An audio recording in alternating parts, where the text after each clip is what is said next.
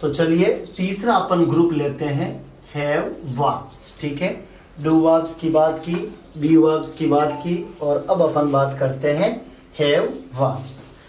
Have verbs में अपन ने 3 पढ़ी थी, हैज, हैव और हैड। ठीक है, इन तीनों के संदर्भ में अपन ने बात की थी।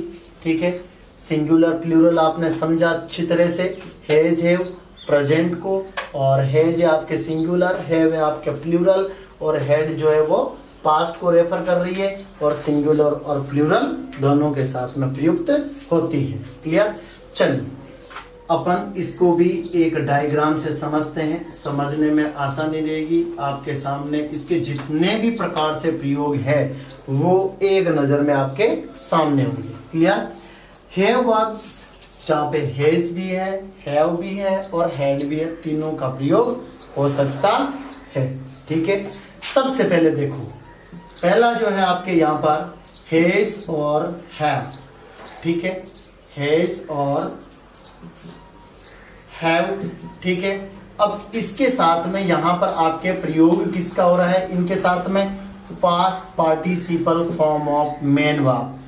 यहाँ पे भी आपके had plus past participle form of main verb. Clear? तो देखिएगा, हैव वर्ब के बाद में किसका प्रयोग हो रहा है? Past participle form of main verb का यूज हो रहा है, मेन वर्ब की थर्ड फॉर्म का यूज हो रहा है। तो यहाँ पे ध्यान रखिएगा, यहाँ पे आपके टेंस बन रहा है प्रेजेंट परफेक्ट, प्रेजेंट परफेक्ट, और यहाँ पे आपके है जो पास्ट परफेक्ट। इसका मतलब यह है कि हैज, हैव, हैड जो हैव वर्ब है उनके बाद में जब मेन वर्ब की थर्ड फॉर्म का प्रयोग होता है, past participle form of main verb का यूज होता है, तो वो परफेक्शन शो करती है। क्या शो करती है? परफेक्शन शो करती है। क्लियर? चलिए इसके बाद में अपन आगे बात करते हैं दोनों के। यहाँ पे है आपके हैज और हैव, इसके साथ में किसका प्रयोग कर रहे हैं आप? बीन का। यहाँ पे भी आपके किसका प्रयोग हो रहा है? बीन का। किसके बाद? हैड के बाद। मतलब हैव वर्ब के बाद आप किसका प्रयोग कर रहे हो? बीन का। अब देखो, इसके बाद में 2 कंडीशन ध्यान रखिएगा। कितनी कंडीशन ध्यान रखनी है आपको? 2। ठीक है, हैज, हैव के बाद बीन, और इधर हैड के बाद बीन। क्लियर? अब देखिएगा, यदि हैज बीन, हैव बीन के बाद मेन वर्ब की बेस फॉर्म के साथ आईएनजी लगा हुआ है, मतलब ऐसा ही यहां पर होगा, जो मेन वर्ब की फर्स्ट फॉर्म है उसके साथ में आईएनजी लगा हुआ है, मतलब present participle form of main verb का यूज हो रहा है। किसका यूज हो रहा है? Present participle form of main verb का यूज हो रहा है। क्लियर? अच्छा, दूसरी तरफ क्या हो रहा है? हैज, हैव, बीन के साथ मेन वर्ब की थर्ड फॉर्म का प्रयोग हो रहा है, past participle form of main verb का यूज हो रहा है। यहाँ पे भी ऐसा ही हो रहा है, बहुत गौर से समझने की आवश्यकता है। हैज, हैव, बीन के साथ प्रेजेंट पार्टिसिपल, हैड बीन के साथ present participle form of main verb. Clear?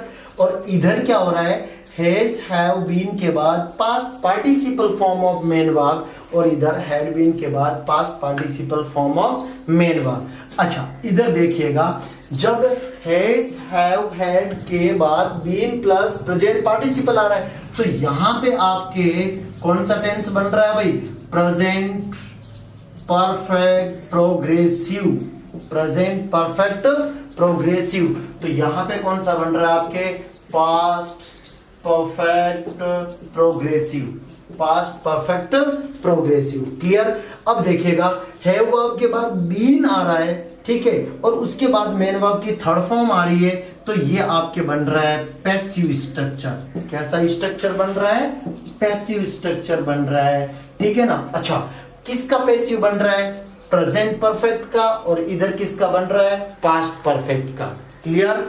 Has, have, been plus third form present perfect का passive, had been plus third form past perfect का पैसिव। क्लियर? चलिए आगे अपन बात करते हैं। यहां पे देखो, हैज, हैव के बाद टू इंफिनिटिव आ रहा है, हैज, हैव के बाद टू इंफिनिटिव आ रहा है। यहां पे आपके हैड के बाद टू इंफिनिटिव आ रहा है। क्लियर? टू इन्फिनिटिव हैड के बाद आ रहा है। क्लियर? टू इन्फिनिटिव के बारे में अपन बात कर चुके हैं। ठीक है, ये नॉन फाइनाइट है। इन्फिनिटिव दो प्रकार के होते हैं, बेयर इन्फिनिटिव और टू इन्फिनिटिव। बेयर इन्फिनिटिव का मतलब होता है बिना टू के, जहां पर मेन वर्ब की बेस फॉर्म का यूज होता है वो बेयर इन्फिनिटिव कहलाता है। और टू के बाद हमेशा मेन वर्ब की प्रेजेंट फॉर्म या बेस फॉर्म का यूज होता है, वो कहलाता है आपके टू इन्फिनिटिव। और इसका पैसिव होता है आपके to be plus third form, to be plus third form. अच्छा, यहां पे देखिएगा ये तो है, अब हैज है प्रेजेंट के लिए और हेड किसके लिए पढ़ रहे हैं आप? पास्ट के लिए। तो ये हैज हैव हेड के बाद टू इन्फिनिटिव आ रहा है ना, वो आपके शो कर रहा है कंपल्सन। क्या शो कर रहा है आपके? कंपल्सन, अनिवार्यता या बाध्यता जिसे अपन कह सकते हैं, उसका यूज हो रहा है। क्लियर? अब देखिएगा आगे अपन बात करते हैं। देखिए मेन वर्ब के रूप में अभी तक अपन ने देखिएगा यहां पे किसके रूप में था भैया? Helping verb. यहां पे किसके रूप में? Helping verb. यहां पे हेल्पिंग वर्ब, यहां पे हेल्पिंग वर्ब। ठीक है, और यहां पे किसके रूप में था? यहाँ पे मेन वर्ब के रूप में था। लेकिन मेन वर्ब के रूप में होते हुए उसके बाद में टू इन्फिनिटिव का यूज हो रहा है, तो वहां पे कंपल्सन शो रहा है। अब अपन इसका यूज किसके रूप में कर रहे हैं? मेन वर्ब के रूप में कर रहे हैं। तो यहाँ पे देखिएगा मेन वर्ब के रूप में आपको पता है फर्स्ट फॉर्म के दो प्रकार लिखेंगे, सिंगुलर और प्लूरल, पास्ट फॉर्म और पास्ट पार्टिसिपल। ठीक है। अच्छा, मेन वर्ब की प्रेजेंट फॉर्म क्या होती है भैया? हैड। सिंगुलर क्या होती है आपके? हैज। पास्ट फॉर्म क्या होती है? हैड। और थर्ड फॉर्म जो है वो क्या होती है? हैड। क्लियर?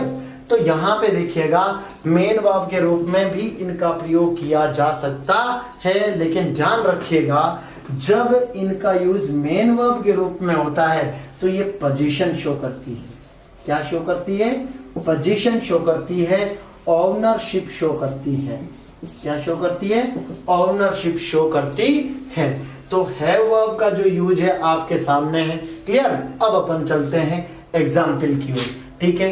अच्छा, यहां पे देखिएगा एग्जाम्पल की बात करते हैं। I have won 2 gold medals। I have won 2 gold medals। यहां पे देखिएगा प्रेजेंट परफेक्ट हैव का ऑक्सिलरीज के रूप में प्रयोग हुआ है और इसके बाद में थर्ड फॉर्म का प्रयोग हुआ है। क्लियर? अच्छा, यहां पे देखिएगा she had that। अब यहां पे देखिएगा बहुत अच्छा एग्जाम्पल है, हैड दो बार प्रयुक्त हुआ है। ठीक है ना? तो यहां पे देखिएगा ये तो है आपके पास्ट परफेक्ट टेंस की हेल्पिंग वर्ब और इसके बाद में क्या है? थर्ड फॉर्म है। ठीक है, तो ये हैव की थर्ड फॉर्म है। किसकी थर्ड फॉर्म है? हैव की थर्ड फॉर्म है। ठीक है ना? यहां पर हैड के रूप में प्रयोग हुआ है।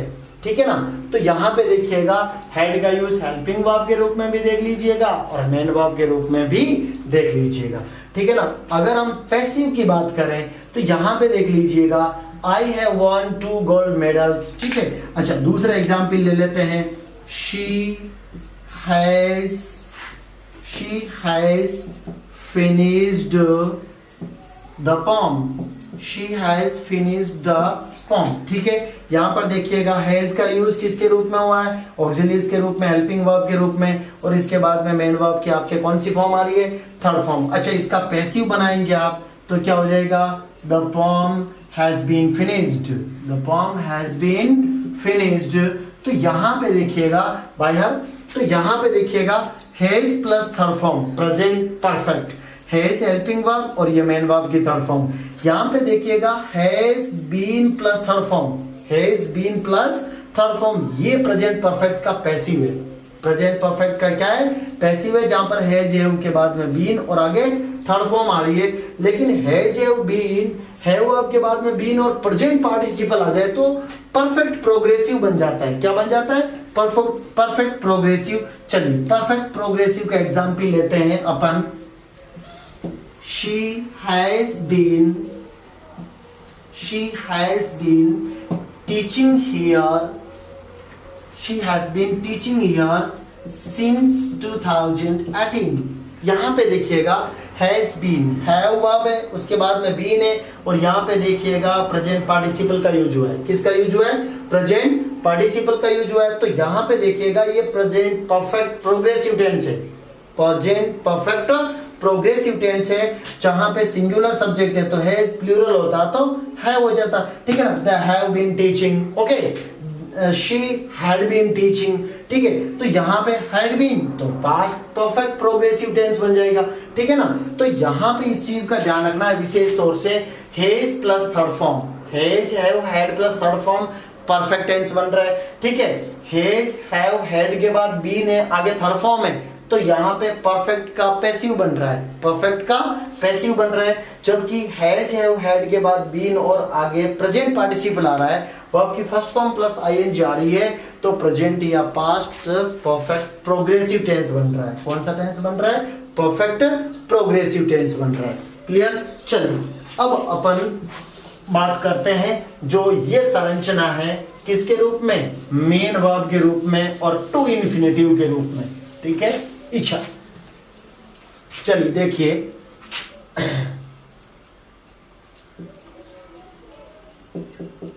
They have to stay indoors. अच्छा, यहां पे देखिएगा we have to stay at home to fight against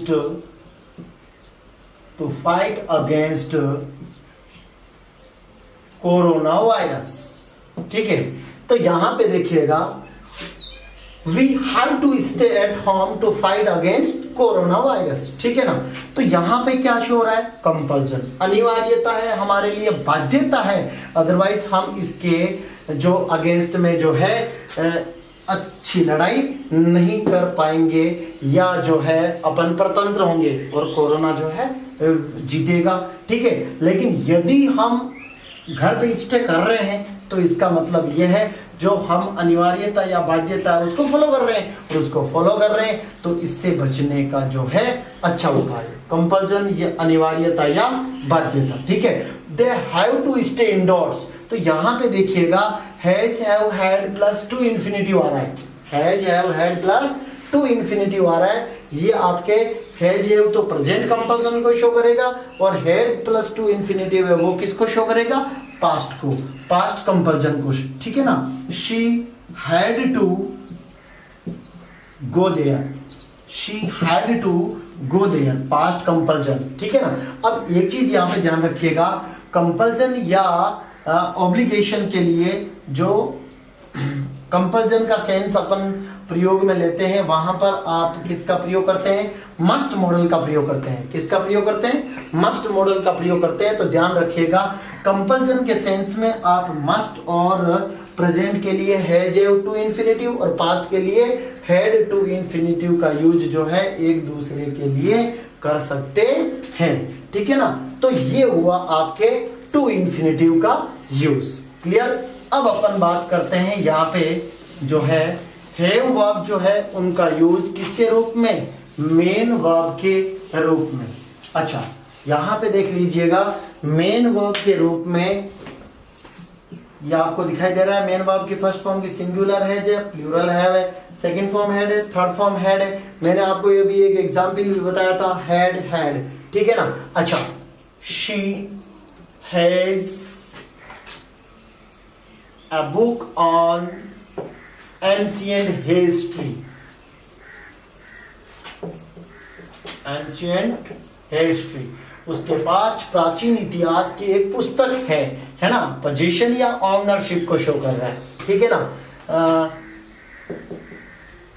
दे या आई हैव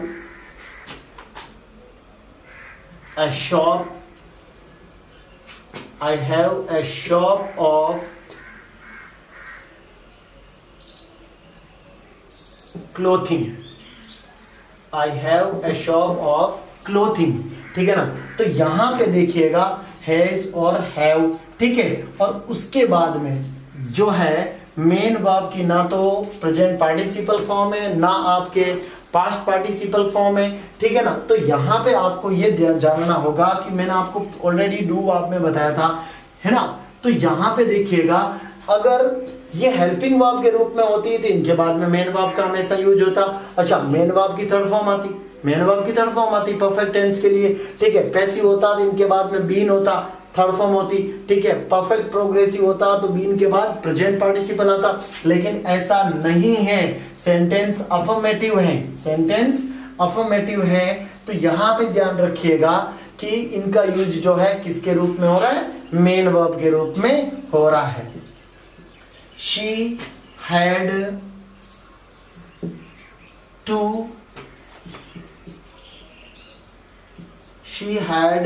टू रूममेट्स, ठीक है ना। तो यहां पे देखिएगा इसका किसके रूप में यूज हुआ है, मेन वर्ब की जो है सेकंड फॉर्म के रूप में यूज हुआ है।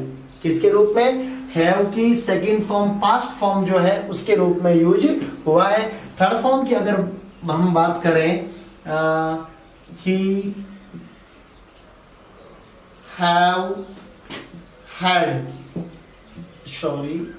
हैज हैड या आई हैव हैड या शी हैड हैड, बिल्कुल सिंगुलर सब्जेक्ट के साथ में है जा रहा है, प्लूरल सब्जेक्ट के साथ में है आ रहा है। और हैड का प्रयोग जो है आपके सिंगुलर और प्लूरल दोनों प्रकार के सब्जेक्ट के साथ में हो सकता है। लेकिन ध्यान रखिएगा हैज या हैड के बाद परफेक्ट टेंस के लिए मेन वर्ब की कौन सी फॉर्म आती है, थर्ड फॉर्म आती है। तो यहाँ पर जो है आप हैव की थर्ड फॉर्म के रूप में किसका प्रयोग कर सकते हैं, हैड का प्रयोग ऑब्वियसली कर सकते हैं। क्लियर। तो इस प्रकार से अपन ने आज क्या पढ़ा, डू, बी और हैव वर्ब्स जो हैं उनके विभिन्न प्रकार से हेल्पिंग वर्ब के रूप में, मेन वर्ब के रूप में, ठीक है, ठीक है। जैसे बी वर्ब है तो लिंकिंग वर्ब के रूप में, या डू वर्ब है तो डमी वर्ब के रूप में, विभिन्न प्रकार के जो यूज इनके हैं उनके ऊपर अपन ने चर्चा की, डिस्कशन किया। मैं सोचता हूँ आज का जो वीडियो है आपके लिए बहुत ज़्यादा बेनिफिशियल रहेगा, ठीक है। केवल टेंस में अपन इनका यूज जो है केवल हेल्पिंग वर्ब तक सीमित रहते हैं या मुश्किल से मेन वर्ब की बात कर पाते हैं, ठीक है ना। तो एक जगह डू वर्ब का, बी वर्ब का और हैव वर्ब का जो यूज है एक जगह, और विभिन्न प्रकार से जो यूज उनका हो सकता है उनके ऊपर अपन ने विद एग्जाम्पल चर्चा की, बात की। मैं सोचता हूँ आपके लिए ये बहुत फायदेमंद रहेगा। आगे भी इसी प्रकार के वीडियोस जो है हम स्टडी करेंगे, बात करेंगे, विभिन्न टॉपिक्स पर चर्चा करेंगे। और अगर इसमें आपको कोई भी चीज़ जो है कंफ्यूज लगती है या सस्पेक्टेड अगर आप रहते हैं, कोई आपका क्वेश्चन है तो आप कमेंट बॉक्स में मुझसे ज़रूर वो सवाल पूछें। Thank you.